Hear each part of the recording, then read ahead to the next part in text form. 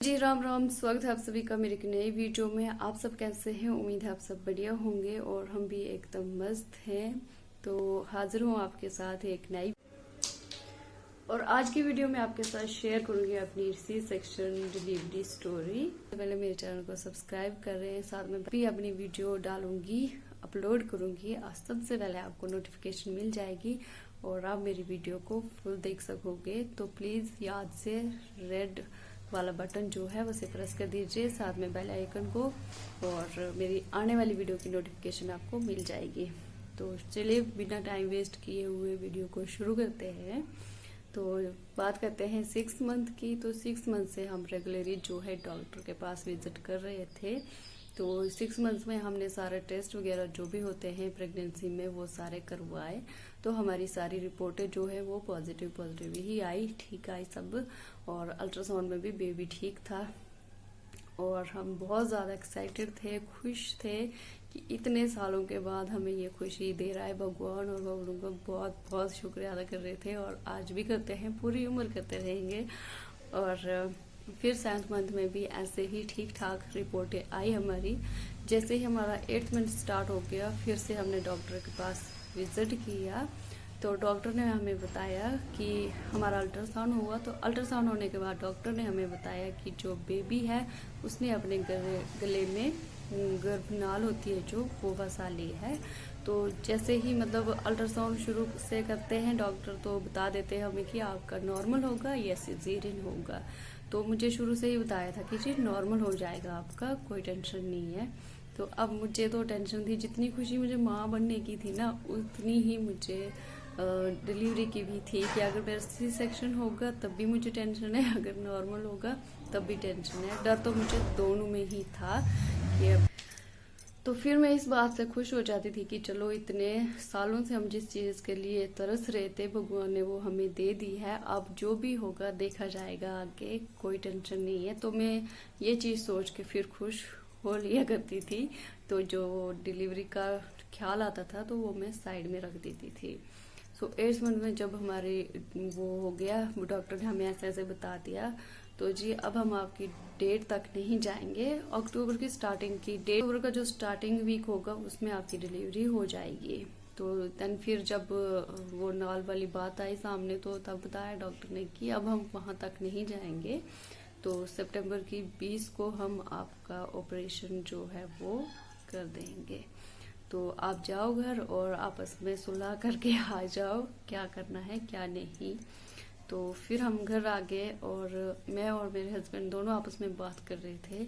तो मुझे ये था कि भाई अगर ये मतलब डिलीवरी डेट से पहले भी करते हैं, सी सेक्शन करते हैं, नॉर्मल करते हैं, नॉर्मल तो होना नहीं था, सी सेक्शन ही करते हैं तो ठीक है, मुझे कोई टेंशन नहीं है। सिर्फ हमारा जो बच्चा है, हमारा बेबी हमें सेफ मिलना चाहिए और बस, कुछ और नहीं।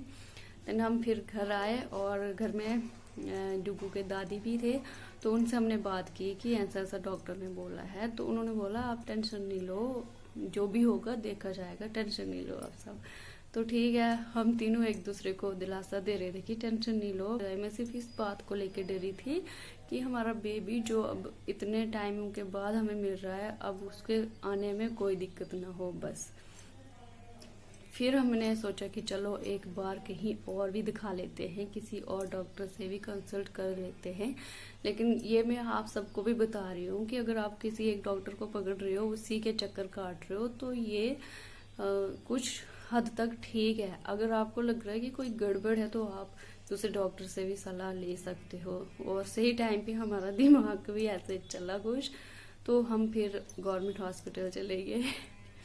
गवर्नमेंट हॉस्पिटल में हमने एक बार चेक करवाया और डॉक्टर ने बोला कि ठीक है। मैंने पूछा कि ऐसे ऐसे बताया है किसी डॉक्टर ने, तो बोलते हाँ है, पर कोई टेंशन नहीं है, टेंशन की बात नहीं है, ऐसे नॉर्मल है, देखेंगे। अभी तेरा 8वां महीना ही है तो 9वें महीने में देखेंगे। तब तक क्या करेंगे कि हफ्ते के हफ्ते जो अल्ट्रासाउंड है वो निकाला करेंगे। तो देखेंगे जहाँ पर मतलब कॉम्प्लिकेटेड हुई मतलब बात, तो फिर सिजेरियन उसी टाइम करेंगे। तो ठीक है, हम चक्कर काटते रहे। फिर बोला फिर 7 अक्टूबर की हमें डेट मिली फाइनली, जो हमारी फाइनल डेट थी वो 7 अक्टूबर की थी। तो यहाँ जम्मू में मैम थी, जिन्होंने मेरा ऑपरेशन करवाया उन्हीं से मैंने पहले से ही चेक करवाया था। तो उन्होंने बोला कि 7 अक्टूबर को अब आपकी डिलीवरी हो जाएगी, लेकिन मैम ने बताया था कि अब आपका सिजेरियन ही होगा, नॉर्मल नहीं हो पाएगा शायद से। तो ये है कि बेबी का जो टाइम होता है वो पूरा करेंगे हम, तो उसके बाद फिर आपका सिजेरियन कर देंगे। तो ठीक है, हम 7 अक्टूबर की वेटिंग में थे। ये था पूरा 7 भी नहीं पकड़ेंगे अगर, तो उससे पहले ही 1-2 दिन, लेकिन सितंबर तो हम पूरा खा के ही जाएंगे। और फिर हमारी मतलब रूटीन था, जब मुझे 8वां मंथ पूरा हो गया था तो डुगू के नानी आए हुए थे यहाँ पर। तो हमने रूटीन रखा था कि सुबह हमने चक्कर लगाने पूरा कोई 5 किलोमीटर हम डेली चलते थे, मैं और मम्मा मेरे साथ। तो सुबह 6 या 7 बजे से हम यहाँ से निकल जाते थे। देन 26 को जब डुगू पैदा हुआ तब वो चलता था मतलब, तो सुबह भी हम उठे 5 बजे। उस दिन मेरे भाई का लड़का 5 महीने का हुआ था और उसका अन्नप्राशन था। तो उन्होंने हमें 5 बजे सुबह कॉल कर दी, तो हम वो वीडियो कॉल पे देख रहे थे। तो उस दिन मतलब रात से ही जो डुगू था उसने अपनी हरकत थोड़ी कम कर दी थी, और मैंने बताया नहीं किसी को कि बेबी जो है वो मूवमेंट नहीं कर रहा है, चुपचाप ऐसे ही अपने में ही रहे। कि टेंशन तो हो गई थी मुझे कि क्यों नहीं कर रहा है, बट मैं सोचा होगा कुछ, देखते हैं। तो सुबह हमने उसका अन्नप्राशन वगैरह देख लिया वीडियो कॉल पे, तो हम निकल पड़े चक्कर लगाने के लिए। तो बाकी के दिनों में क्या होता था कि मम्मा जो है वो मेरे साथ प्रॉपर से नहीं चल पाते थे, क्योंकि उन्हें घुटनों में दर्द वगैरह रहता है, तो वो ज़्यादा मतलब रेस्ट कर करके चलते थे मेरे साथ। उस दिन क्या हुआ, उस दिन उल्टा हो गया कि मैं रेस्ट कर रही हूँ और मम्मा मेरे से आगे निकल रहे हैं।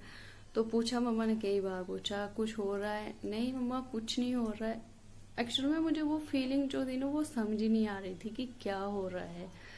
तो मम्मा ने मुझे समझाया हुआ था, लेकिन होता है ना कि हम अपना दिमाग कुछ ज़्यादा ही लड़ा लेते हैं। तो मैं वो सब चीज़ें जो मेरे साथ हो रही थी, मुझे जो भी प्रेशर आ रहा था, मुझे जो भी पेन हो रहा था हल्का हल्का, वो मैं चीज़ें मतलब एक होता ना वो छुपा रही थी, दबा रही थी कि मुझे कुछ नहीं हो रहा है। देन हम चलते गए तो एक जगह रुक गए हम। तो फिर मैंने वहाँ पर मम्मा को बताया कि मम्मा बेबी शाम से मूवमेंट नहीं कर रहा है। तो भाई साहब जो मम्मा मेरे पे बिगड़े, फिर हम फटाफट वहाँ से वापस आए। तो यहाँ पर डुगू के पापा को बताया। मैंने बोला कोई बात नहीं है, चलो हॉस्पिटल कौन सा दूर है तो वहाँ से चेकअप करके आ जाते हैं, तो टेंशन नहीं लो आप लोग। अभी 7 अक्टूबर की डेट दी थी डॉक्टर ने, तो 1-2 दिन आएगा भी नीचे, तो अभी भी फिर भी काफ़ी टाइम है, 8-10 दिन तो है ही अभी। तो अगर आप दोनों की तसल्ली नहीं हो रही है तो चलो। लेकिन अंदर से मुझे भी था कुछ कि चलो इनके ही बहाने पर डॉक्टर से चेकअप तो करवा लेते हैं, क्योंकि मुझे कुछ समझ नहीं आ रहा था। तो हम चलते गए। 7 बजे हम डॉक्टर के पास पहुंच के इमरजेंसी में गए हम।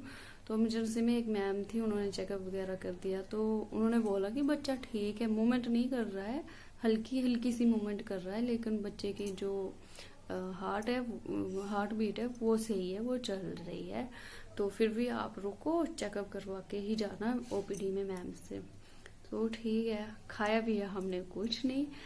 तो मेरे साथ मतलब मेरे से पहले एक पेशेंट थी, उनको लेबर पेन जो है वो स्टार्ट हो गया था।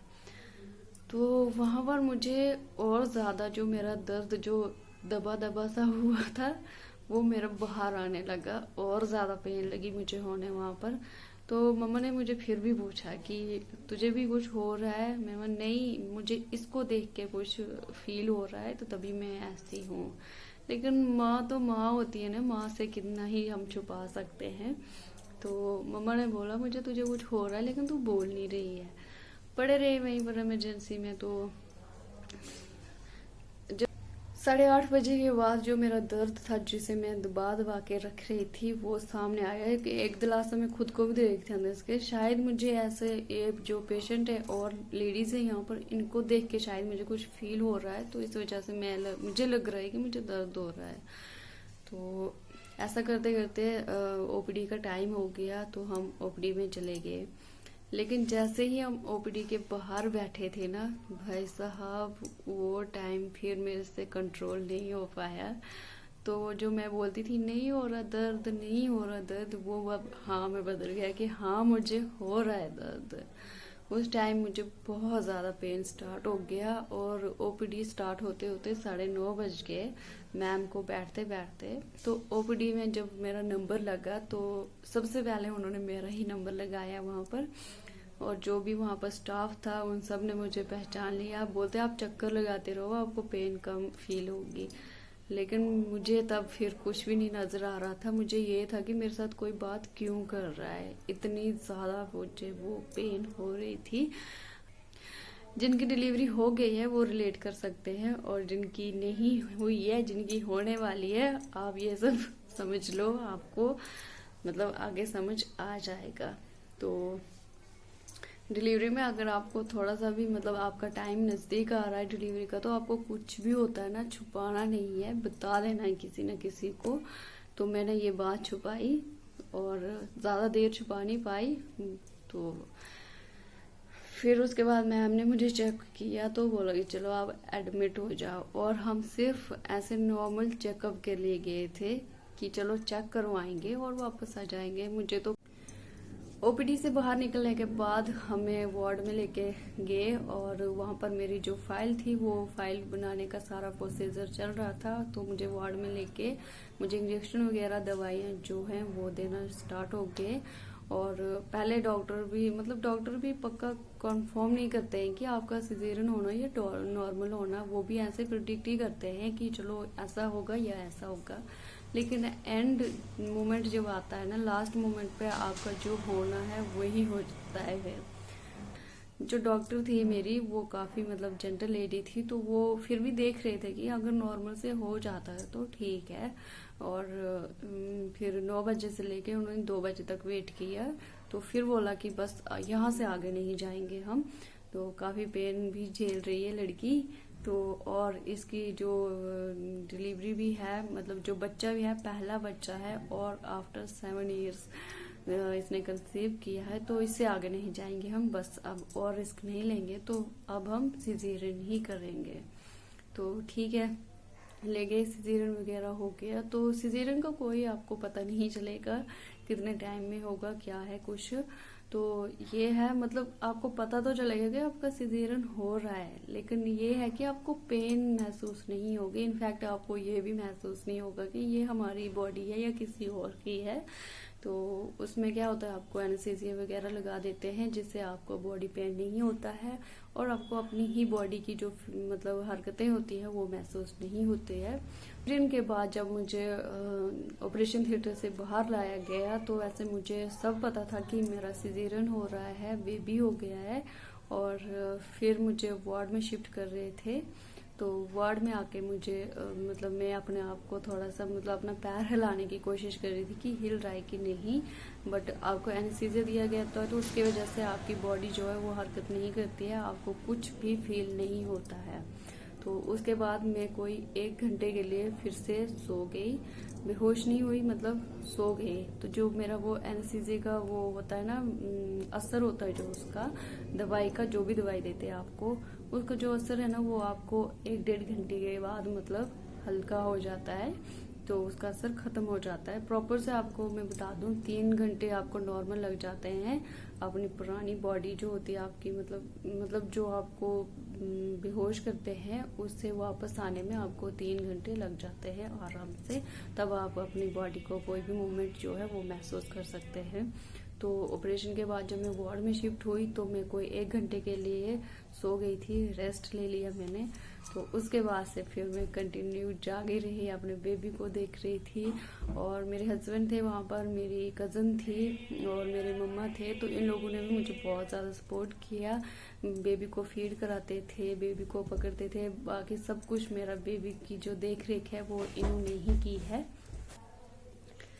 मुझे लगता है आपकी डिलीवरी सिजेरियन से हो या नॉर्मल हो, उसके बाद एक औरत में बिल्कुल भी हिम्मत नहीं रहती है कुछ भी करने की। बस वो अपने बच्चे को देख के वो सब चीजें भूल जाती है और उसमें पता नहीं कैसे जो कुछ भी करता है वो भगवान ही करता है कि उसमें इतनी शक्ति आती है, फिर भी वो इतना सब कुछ डील करती है।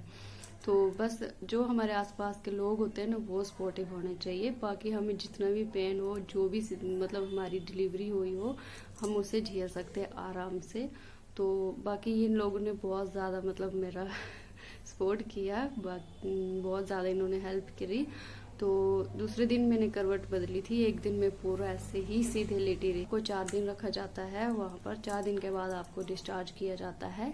तो फर्स्ट डे जब हमारा मतलब सिजेरियन होता है उस दिन तो हमें कुछ भी ज़्यादा होश रहता नहीं है और बेबी को भी होश रहता नहीं है कि वो इतना फीड कर सके। तो थोड़ा बहुत उसको फीड करवाते थे ये लोग, तो फिर बेबी भी सोता रहता था। दूसरे दिन जब मुझे थोड़ा होश आ गया, थोड़ा क्या, दूसरे दिन से फिर मैंने इसको कंटिन्यूसली फीड करवाना शुरू कर दिया। और डॉक्टर भी चेकअप पे आते थे तो वो भी बोलते थे प्रॉपर से फीड करवाओ बच्चे को।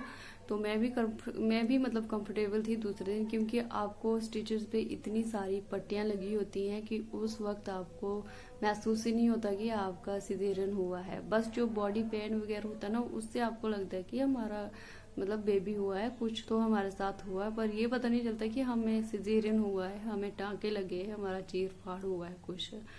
तो उन पट्टियों की वजह से, मैं तो अपना एक्सपीरियंस बोल रही हूँ, बाकी का मुझे पता नहीं, लेकिन सच में मुझे नहीं लगता था कि मेरा सिजेरियन हुआ है, इतनी सारी पट्टियां लगी होती हैं। तो दूसरे दिन मैंने करवट ली थी, फिर मैं इसे प्रॉपर अच्छे से ही फीड करवाती थी। तो तीसरे दिन मुझे डॉक्टर ने बोला कि अब आपको वॉशरूम तक खुद जाना होगा। तो यूरिन बैग होता है वो निकाल दिया था तीसरे दिन हमने कोशिश की बाथरूम तक जाने की, लेकिन वो नाकाम रही। मैं 2 कदम ही चल पाई। उसके बाद मैंने बोला कि मुझे जल्दी से बेड तक ले जाओ, नहीं तो मैं यहीं पर गिरूंगी। इतनी सी भी 1% की भी हिम्मत नहीं है और इतने चक्कर आ रहे थे मुझे। तो फिर से वापस आ गए। तो शाम को फिर से बोला मैंने मम्मा को कि चलो चलते हैं। तो शाम को मैंने जो अपने वार्ड का दरवाजा होता है वो क्रॉस करके बाहर हॉल था एक, वहां तक गए और मैंने इतनी मुश्किल से एक चक्कर लगाया कि मैं बता नहीं सकती आपको।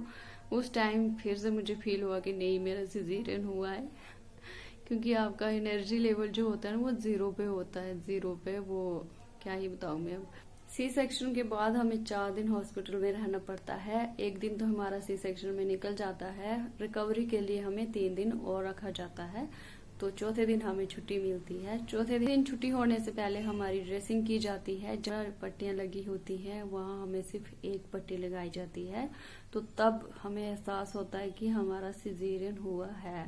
मुझे तो मतलब उसी दिन एहसास हुआ था। उससे पहले जैसे कि मैंने बताया कि इतनी सारी पट्टियां लगी होती हैं, तो हमें ना ही पेन होता है। पेन के लिए भी हमें दवाई देते रहते हैं टाइम टाइम पे, जिससे कि हमें पेन महसूस ना हो। और सही में नहीं होता है, टैबलेट वगैरह डालते रहते हैं वो इंजेक्शन वगैरह, तो हमें पेन महसूस नहीं होता है। लेकिन उसके बाद हमें घर आके फिर पता चलता है कि हमें दर्द भी हो रहा है और हमारा सिजेरियन भी हो रखा है। फिर हमें सब चीजें मतलब वापस से पता चलती हैं।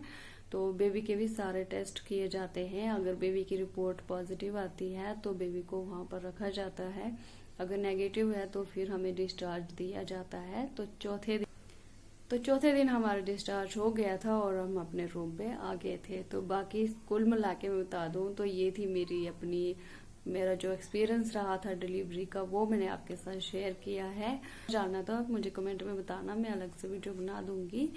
तो इस वीडियो को यहीं पर एंड करती हूँ। अगर आपको वीडियो थोड़ी सी भी अच्छी लगी है तो वीडियो को लाइक शेयर कमेंट करके जाएं और बेल आइकन को प्रेस करें ताकि आपको आने वाली वीडियोस की नोटिफिकेशन मिल जाए। मिलती हूँ आपको नेक्स्ट वीडियो में, तब तक के लिए take care and bye bye.